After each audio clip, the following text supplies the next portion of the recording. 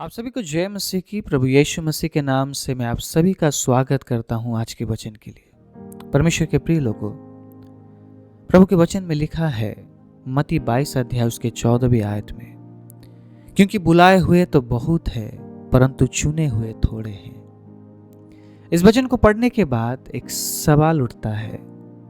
सवाल ये है, क्या हम चुने हुए हैं?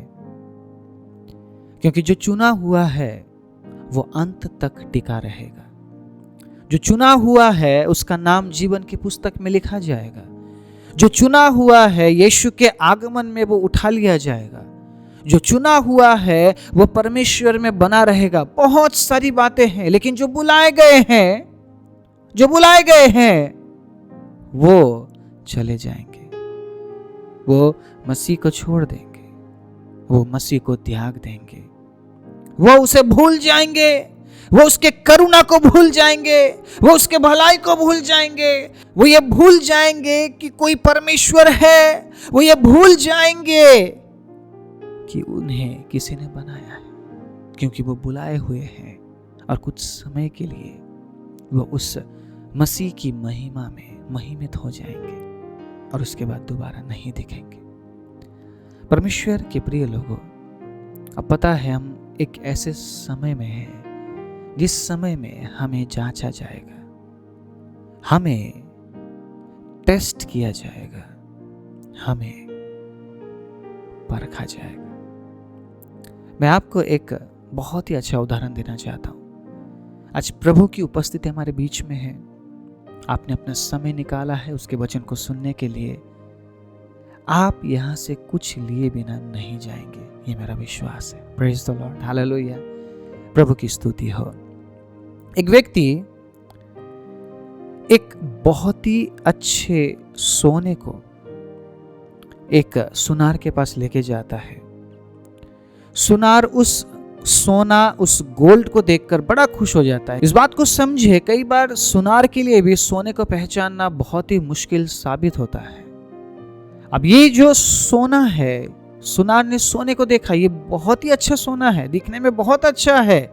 जो व्यक्ति लाया है वो कहता है ये 110% ओरिजिनल है, ये एकदम खरा सोना है। भाई साहब, आप इसे ले लीजिए। अब सुनार उस सोने को टेस्ट करेगा। सुनार का जो सालों का अनुभव है, उस अनुभव में उस सोने को वो देखेगा। ठीक है, तब भी समझ नहीं आए तो सुनार अलग अलग प्रकार से उसे जांचेगा। देखिए, समझे इस बात को, वो उस सोने को पिघालना नहीं चाहता है। अगर उस सोने को वो पिघाले तो कहीं ना कहीं जो क्वांटिटी है, जो उसका जो ग्राम है, वो कम हो सकता है। इसलिए सुनार कोशिश करेगा जितना ज्यादा हो सके उससे बिना पिघाले टेस्ट किया जाए। आखिरी जो तरकीब है जांचने के लिए वो है सोने को पिघालना। जब तक सुनार उस सोने को पिघालता नहीं है तब तक उसे असली सोने के बारे में पता नहीं चलता है। अब उसने सब कुछ टेस्ट कर लिया, फिर भी उसे जब ऐसा लग रहा है नहीं ये सोना असली नहीं है, तो वह आखिरी दांव क्या खेलता है, उसे पिघाले। आखिरी उसके पास ऑप्शन ही यही है। और जब सुनार उस सोने को पिघालता है तब उसे पता चलता है वो कितना असली सोना है। परमेश्वर के प्रिय लोगों, पिघलने का समय है। हालेलुया, अब पिघलने का समय है। ध्यान दीजिएगा, जब वो आपको पिघालता है दर्द होगा, तकलीफ होगा, लेकिन आप असली बनेंगे। Praise the Lord. एक असली सोने को पिघाला जाता है, नकली सोने को नहीं। Praise the Lord. एक असली सोना उस आग को झेलता है, नकली नहीं। असली सोना आग में जाकर और चमकदार बनता है, नकली नहीं। मेरी बात समझ रहे आप? अगर आप चुने हुए हैं वो आपको पिघालने वाला है। अगर आप चुने हुए हैं वो आपको उस भट्टी में डालने वाला है ताकि आप में निखार आए। उसे पता है भट्टी में डालने से इसका कुछ जाएगा नहीं, प्रेज द लॉर्ड। भट्टी में जब मैं इसे डालूंगा, इसका कुछ नहीं बिगड़ेगा, इसका कुछ नहीं बिगड़ेगा, बल्कि ये और चमकदार बन जाएगा, ये और चमकने लगेगा, ये और मजबूत बन जाएगा। जिस प्रकार एक सुनार को पता है जब मैं सोने को भट्टी में डालता हूं उसका नुकसान कुछ नहीं होता है, बल्कि वो और चमकदार बनता है और मजबूत बनता है। परमेश्वर के प्रिय लोगों, आखिरी ऑप्शन यही है। उसने आपको हर तरीके से जांचा है, अब आखिरी ऑप्शन यही है कि परमेश्वर आपको पिघाले। Praise the lord, praise the lord. आज मैं बात करना चाहता हूं चुने हुओं के बारे में। आज मैं बात नहीं करना चाहता हूं जो लोग बुलाए गए थे। आज मैं बात नहीं करना चाहता हूं जो शायद कुछ समय के लिए बुलाए गए हैं। आज परमेश्वर बात कर रहा है उन चुने हुओं के बारे में जिसका नाम उसके जीवन के पुस्तक में लिखा जाए। परमेश्वर के प्रिय लोगों, बुलाए हुए मेहमान बनना बहुत आसान है, लेकिन एक परिवार का हिस्सा बनना बहुत मुश्किल है। अगर आप बुलाए गए हैं, आप वो काम नहीं करेंगे जो एक चुना हुआ व्यक्ति करता है। लेकिन अगर आप चुने गए हैं, सबसे पहली बात, एक चुना हुआ व्यक्ति आत्मा में चला चलता है। एक चुना हुआ व्यक्ति आत्मा में चला चलता है। ध्यान दीजिएगा, यूहन्ना की किताब में हम पढ़ते हैं 15 अध्याय उसके 16वीं आयत में इस प्रकार लिखा है, तुमने मुझे नहीं चुना परंतु मैंने तुम्हें चुना है। परमेश्वर के वचन से पढ़कर बता रहा हूं, और तुम्हें नियुक्त किया है कि तुम जाकर फल लाओ और तुम्हारा फल बना रहे। एक चुना हुआ व्यक्ति ऐसा जीवन जीता है जिस जीवन में फल दिखते हैं। परमेश्वर के प्रिय लोगों, यहां पर मैं केले और संतरे या सेब अनार की बात नहीं कर रहा हूं, इस बात को समझिएगा। आज प्रचार सुनने के बाद कल सुबह जाकर आप बहुत सारे फ्रूट्स अपने घर में लेकर आएंगे, उस फ्रूट के बारे में परमेश्वर बात नहीं कर रहा है। आज मैं बात कर रहा हूं आत्मा के फल के बारे में। अगर आत्मा में आप चलते हैं तो ही आप में आत्मिक फल दिखेगा। अगर आप चुने हुए हैं, अगर आपको परमेश्वर ने चुना है, अगर आपका नाम जीवन के पुस्तक में लिखा गया है, तो आप में फल दिखेगा और वो फल बना भी रहेगा। वो फल 1 या 2 दिन के लिए नहीं होगा। आप सिर्फ 1 या 2 दिन के लिए प्रेम करने वाले नहीं बनेंगे। आप सिर्फ 1 और या 2 दिन के लिए दया करने वाले नहीं बनेंगे। आप सिर्फ 1 या 2 दिन के लिए भलाई करने वाले नहीं बनेंगे। आत्मा के फल के बारे में आप पढ़ लीजिए गलाती 5 उसके 22 में। परमेश्वर के प्रिय लोगों, आप में धीरज बस कुछ समय के लिए नहीं होगा। देखिए, उस समय तक बने रहने की बात हो रही है जब तक यीशु हमें लेने ना आए।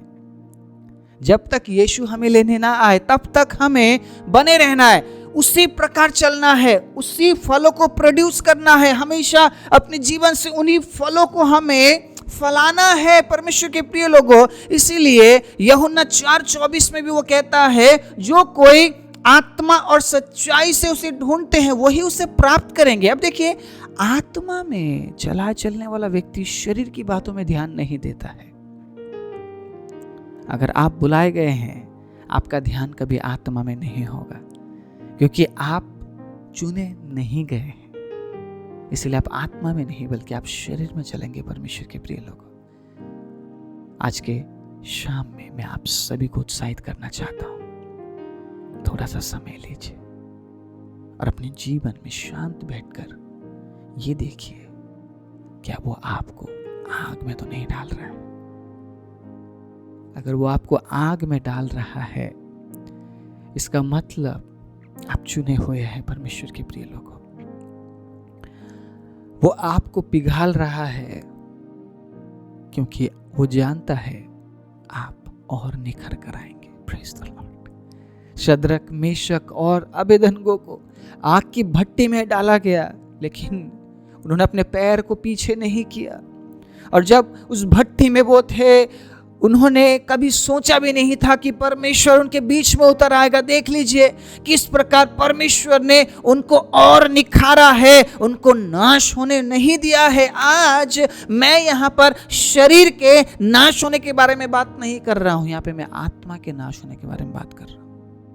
अगर आप चुने गए हैं, आप आत्मा के बारे में विचार करेंगे, आप आत्मा के बारे में सोचेंगे और आज कुछ लेकर जाएंगे। Praise the Lord. आप यहाँ से खाली हाथ नहीं जाने वाले हैं। इस वचन से खाली हाथ आप नहीं हटने वाले हैं। मैं विश्वास करता हूँ प्रभु आपको छू रहा है। Praise the Lord. दूसरी बात मुझे पता है समय बहुत कम है सबके पास, इसलिए मैं बहुत जल्दी दूसरी बात को रखने वाला हूँ। एक चुना हुआ व्यक्ति एक दूसरे के साथ प्रेम करने वाला होता है। ये बहुत जरूरी है, ये बहुत जरूरी है। परमेश्वर के वचन में बार बार ये बताया गया है कि तुम क्यों उस प्रेम को भूल चुके हो। यहाँ तक कि प्रकाशित वाक्य की किताब में भी हम पढ़ते हैं, तू सब कुछ कर रहा है लेकिन तूने पहला सा प्रेम खो दिया है। अब देखिए, अगर आप इंसान से प्रेम नहीं कर रहे, इसका मतलब आप परमेश्वर से भी प्रेम नहीं कर रहे हैं। आपका प्रेम खत्म हो चुका है प्रभु के लिए भी और साथ में इंसान के लिए भी। मैं पढ़ाना चाहता हूं परमेश्वर के वचन से पहला यूहन्ना उसके 4:7 में हम देखेंगे। पहला यूहन्ना 4:7 में क्या लिखा है? हे प्रियो, हम आपस में प्रेम रखें। ध्यान से सुनिएगा, क्योंकि प्रेम परमेश्वर से है। जो कोई प्रेम करता है वो परमेश्वर से जन्मा है और परमेश्वर को जानता है। अगर आप परमेश्वर को जानते हैं और प्रेम नहीं करते हैं तो आप झूठे हैं। आप सच्चे परमेश्वर को नहीं जानते हैं। आप उस झूठ को जानते हैं जो ये कहता है परमेश्वर से प्रेम मत रख, अपने शरीर से और इस संसार से प्रेम रख। आप उस सच्चे परमेश्वर को नहीं जानते। लेकिन अगर आप परमेश्वर को जानते हैं और प्रेम रखते हैं, हालेलुया, आप चुने हुए हैं। Praise the Lord. आप चुने हुए हैं। हे प्रियो, आपस में प्रेम रखो, आपस में प्रेम रखो, आपस में प्रेम रखो, क्योंकि प्रेम परमेश्वर से है। जो कोई प्रेम करता है वो परमेश्वर से जन्मा है। हमारा नया जन्म हुआ है। आपको पता है, हम आत्मा में नए रूप से हमने जन्म लिया है। और वो जन्म इसीलिए नहीं हुआ है कि हम नफरत करें। वो जन्म इसीलिए नहीं हुआ है कि हम दोष लगाए। वो जन्म इसीलिए नहीं हुआ है कि हम दूसरों का बुरा करें, दूसरों की बुराई करें। वो जन्म इसीलिए हुआ है परमेश्वर के प्रिय लोगों, परमेश्वर के अजीजों, ताकि हम एक दूसरे से प्रेम रखें, क्योंकि प्रेम परमेश्वर से है और जो प्रेम करता है वह परमेश्वर से जन्मा है और वो ही चुना हुआ है।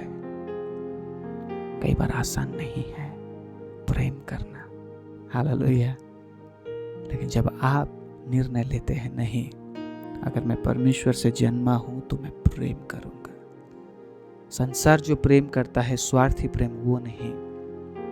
प्रभु से जो प्रेम हमें मिलता है निस्वार्थ प्रेम, यहां पर उस प्रेम की बात हो रही है। परमेश्वर के प्रिय लोगों, परमेश्वर के प्रिय अजीजों, अगर आप इस बात में चूक जाते हैं तो वो सारे काम व्यर्थ है जो आपने और मैंने अभी तक किया है।